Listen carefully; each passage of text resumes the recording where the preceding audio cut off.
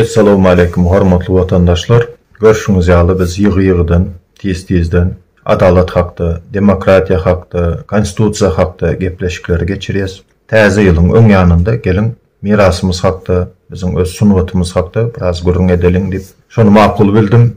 Umuman aýdanda häzirki döwürde biziň mirasymyza nähil seredilýär. Şo hakda bir öz pikirlerimi aýdyp geçsem, umuman sunwat adamzat tarihinde has irki döwürden bäri dowam edip gelýär. Hatda biziň eramyzdan öň gasyrlarda da şo teatrlar bolan, ýazyjy şahyrlar bolan, mysal üçin ana Gomer, o İlyada, Odiseya poemalaryny ýazan biziň eramyzda näçe müň ýyl ýaşap geçen o şahyr şol döwürlerden bäri ýagny sunwat işleri dowam edip gelýär.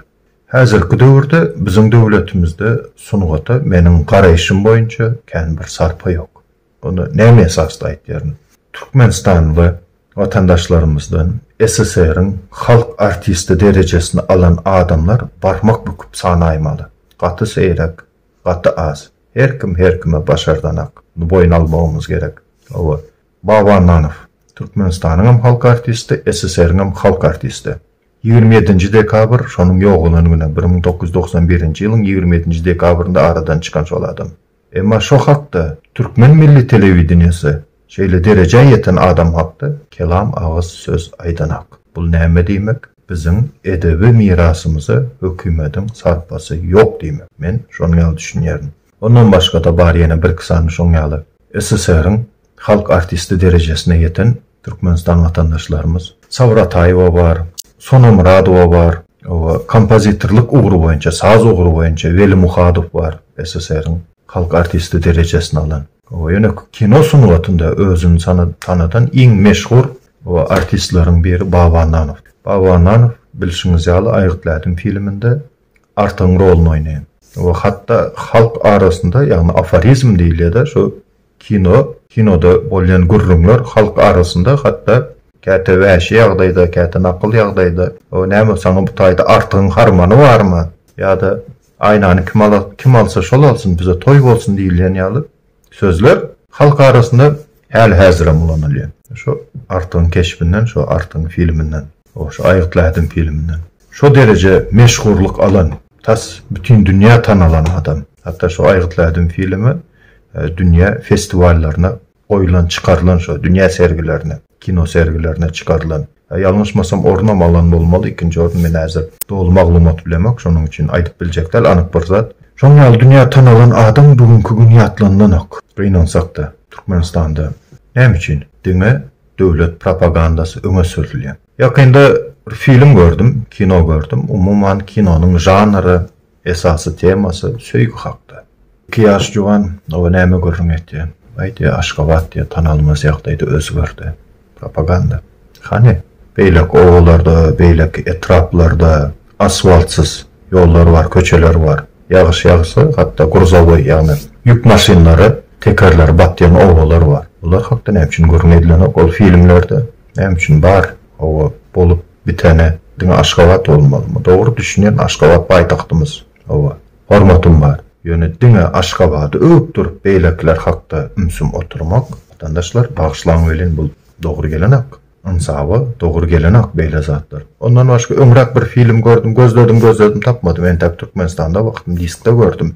Umuman bir 8-9 ýaşlyca gyzjagaz o enesi bilen, garry enesi bilen gezelenje gitdi garyndaşlarynyňka. O awtobusda barýarlar, ýanky gyzjagaz oturuşdan turup şoför tarapy ýörä guraýar. Enesi gyýgyrýar. Gyzym, ýyklaýmagyn, seresap boldy. Ýanky gyz enesine seredip, "Ene, sen bilen okmy? Biziň döwletimizde ähli ýollarymyz aýna ýaly tekizdir. Heýde bir tekiz ýolda da adam ýykylarmy?" Seredim. Ene bilen ahtygyň arasyndaky dialog eýem döwlet propagandasyna barat. Türkmenistanda ýollaryň nähili ýagdaýynyň barlygyny vatandaşlar siz gowy bilýänsiňiz. Eger bilmeýän bolsaňyz Türkmenawatdan Daşowza maşin bilen geçmeňize maslahat berýän eger bilmeýän bolsaňyz. Ondan başga ýerlerde de kändir diňe şol ugur tutup dip gaharyňyz gelmesin. Başga etraplarda da, başga welaýatlarda da awat bolmadyk ýollarymyz gatykän. Bolýar, ýanky ahtyjagy bar ýa şoförüň ýanyna sürüji daýy. Aýdygyň sesini biraz belentirek goýsaňyz biz hem dinlesek. Boğar kıyızım diye yankı zuğu kaldırayım, sesini yukarılandırayım.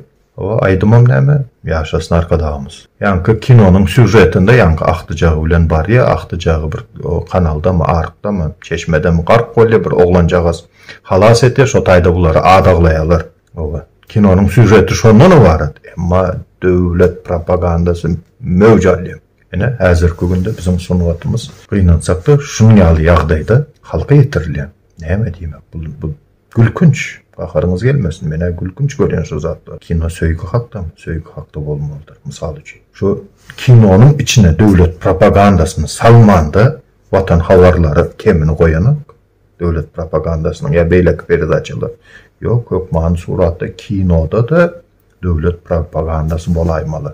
Diýmek şuňaly biz many çykaryp bilýäs. Dövlet propagandasy bolmasa şu kinonun postanovşiklary, rejissörleri, o beýlek näme işgärler şol urda. Diýmek şolara ruhsat yok. Diýmek şolaryň boýnuna goýuly, şul nemeler gözüňde tutun. Şu propagandalary kinoda ýöretjeksiňiz diýip. Ondan başga görensiňiz Watan ogly diýip o Atamrat Niyazow hakda, Zapar Murat Niyazowyň kakasy Atamrat Niyazow hakda kino görkezildi. Şo taýda o gahrmançylykly ýagdaýda görkezýärler. O kerkide işle, kerkide de hak hukugyny talap etdi. O Mahtumlyň goşgularyny okuýa, zat etdi. O bir vatan gahrman edip görkezildi. Ýöne meni hayran galdyran şo taýda epizod çilimiň üstüne dawa bolýar. Şo orsa çilimi bermedi, men çekeýin diýe, ýok diýe, ýanky Atamrat Niyazow emmemize deňlik bolsun diýip orsa çilim berýär. O bu taýda ýankynyň ýagny adalatlylygyny görkezdi. Ýöne şol ýanky çilim alyp bilmedik, çilim çekip bilmedik adam.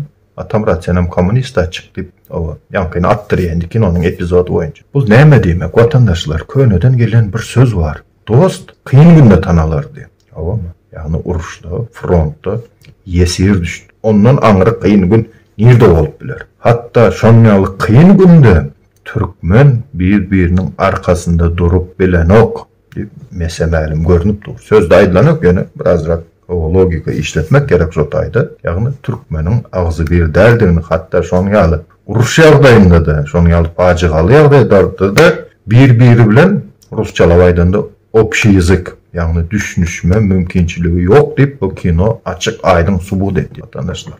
Dogry Atamrat Niyazow gahrman edip görkezdiler. O bolýar, ol öz nemesi rejissörüň öz boýnuna. Ýöne Türkmen halkynyň agzy bir däldigi mesemälim şo taýda görünüp dur. Ýagny şonu gören beýleki milletler näme diýip pikir eder? Bolýar biz özümüz, öz türkmenimiz, öz türkmenimiz hakda kino gördük. Emma şonu beýleki milletler, yani perewotly ýagdaýynda da ýa-da türkmen dilini bilýän başga milletler näme türkmenler hatta şu frontda da plen düşende de bir-birini satyp öldü oğullar diýip aýdarmy aýtmazmy? Elbetde aýdar, mümkin aýdandyrlar hem. Gynansak da soňky döwürde düşürilen filmler birinji nowbatda döwlet propagandasy, ondan soň kinonyň süjeti. O vatandaşlar, ýanky dönüp gelelim Baba Nanow hakda. Baba Nanowyň ilkinji rollaryndan biri Gaýyk Satabaýewiň roluny ýerine ýetirýär. Şo filmi Türkmen telewizionyasynda, Türkmen milli telewizionyasynda seredeniňiz barmy Türkmenistan garaşçysy bolandan soň? Ýok.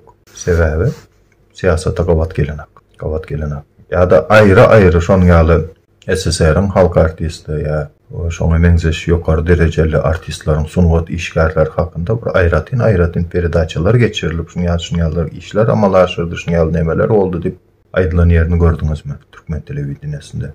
Ya diňe maňa şuňaly täsir gelýän mene ken tomaşa etdim Türkmen telewizionyasynda. Hani ýurdumyzda nämeler bolýar? Ähli ütkeşikler bar diýip. Men gawat gelmedim Türkmen propagandasyndan başga. O materiallara kan bir gawat gelmedim. Eğer bar bolsa mümkin kommentariylarda yazmaňyzy haýyş etdim. Ana şul şahsiýet hakda şuňaly peredaça görkezildi, bizi bilmeýärdik hatda. O öýüne bardylar, şonuň çağalary bilen görüşdiler. O maşgalasy bilen doşuşdylar, doýulaşlyk bildirdiler. Ya ýene nämeler etdiler diýip. Eger gören bolsaňyz ýazyň, mene gawat gelmedim. Ýani gaýdyşmaýaly beýle adamlar, o seýrek 300 milyon adamyň içinden şoňaly derejäge ýetmek her kime başardanak bugünkü günem sarpa goýulmagyna münasip adamlar. Emma gynansak da sarpa goýlanak şolara. Umuman mirasymyz hakda aýtsak vatandaşlar, sarpa şuňaly derejede. Umuman ýok sarpa. Kime sarpa var? Kim ýalynjaňlyk etse şolara var. Misal üçin Gözel Şaguliyewa, Cemal Saparova döwlet propagandasyny işenler ýagdaýda alyp barýarlar. O wasp etdiler, ýalňjanlyk etdiler. Bular hakda o görkezler hem bularyň goşgulara, mokalar, aýdymlara telewizionya çykarlar. Emma gynansak da döwlet propagandasyna goşuljak däl diýen zehinli adamlarymyzyň eden işler görünmez gynansak. Ondan başga ýene ýazyjy şahirler barady. Türkmenistanda häzirki döwürde şahirýe ýazyjy ýokmy? Häzirki döwürde meşhur şahir kim diýende o aýdarsyňyz Gözel Şaguliyewa olam o hakyna tutma döwletiň propagandasyny öğretdiýen. Näçin SSR döwrü, Türkmen SSR şahirler kimler diýende biz sanap bilerdik mysal üçin. Rahmet Seyidow diýip, Aman Kekilow, Kerim Gurban diýip, Gurban Nasar Ezizow, Nurmurat Sarıkhanow tanaýardyk. Yazıcıları, şahirleri häzirki döwürde näçindir? Yani şoň ýaly meşhur yazıcı şahirlerin şu Gözel Şaguliyewadan başga şonuň ady Kençikýa, şondan başga men şahir şu gece gündüz tanamak. Sebäbi ya propaganda bilen meşgullanmaly ya da zehinin çüýläp ýanyp gitmeli. Eger şu zehinin daş deşýän bolsa da mümkinçilik ýok Türkmenistanda. Şahir diýilen zat her döwürden bolup bilýär. Diňe belli bir döwürde şahirler ýaşap geçdi, ondan soň bu tordu diýen ýeri ýok. Adamda ilham her döwürden joşup bilýär. Häzir hem bardyr halk içinde. Emma mümkinçilik ýok. Mysal üçin goşgularyny ýazyp tipografiýa alyp barsa, hatda boldy şoň ýaly wakalarym. Seretdi, aýdy ýaşulyna bir wasp edip bir kuplet nemetmesen başynda şonu goýmasaň çapdan çykaryp bilemizak. Dogry düşünip talap şeýle. Soň ýanky şahiram oýlanýar, pikirlenýär hädiýemin. O ýazarny goşgu diýe, o dilde bitýän zat. O bir gün oturarny, iki gün oturarny ýazarny diýe, emma diýe bu dünýäden ötem soň diýe, hay şulama döwürinde. Şuna ýaly nemedik geçen eken o.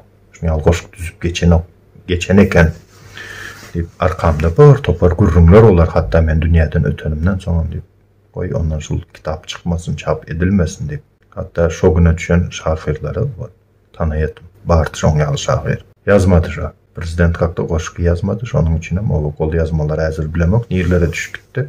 Şoň ýaly ýaşap geçen şahirlerim boldy. Bu Sungat diýen zat o açyk arkaýyn bolmaly. Sungata mejburluk diýen zat bolmaly däl hiç bir wagt. Sen şunu edersin, sen şunu etmelisin, sen şuna borçlusun diýip Sungata hökm ýörenmeli. Emma bizim Türkmenistanda ýöreýär. Gynansak da. Malýa watandaşlar, häzirlikçe aýtjaklarym şundan ibaret. Gelecekte yine dürlü temalara deyip geçerseniz Sungat hakda, mirasımız hakda, ondan başka ekonomika, ekologiya vardı. Türkmenistan'ın geografik yerleşikleri, o baylıkları vardı. Göz öňünde tutýas, dürlü temalarda gurrun bermegimize bu üns bereniňiz üçin köp sag bolun. Saglyklda görüşelim.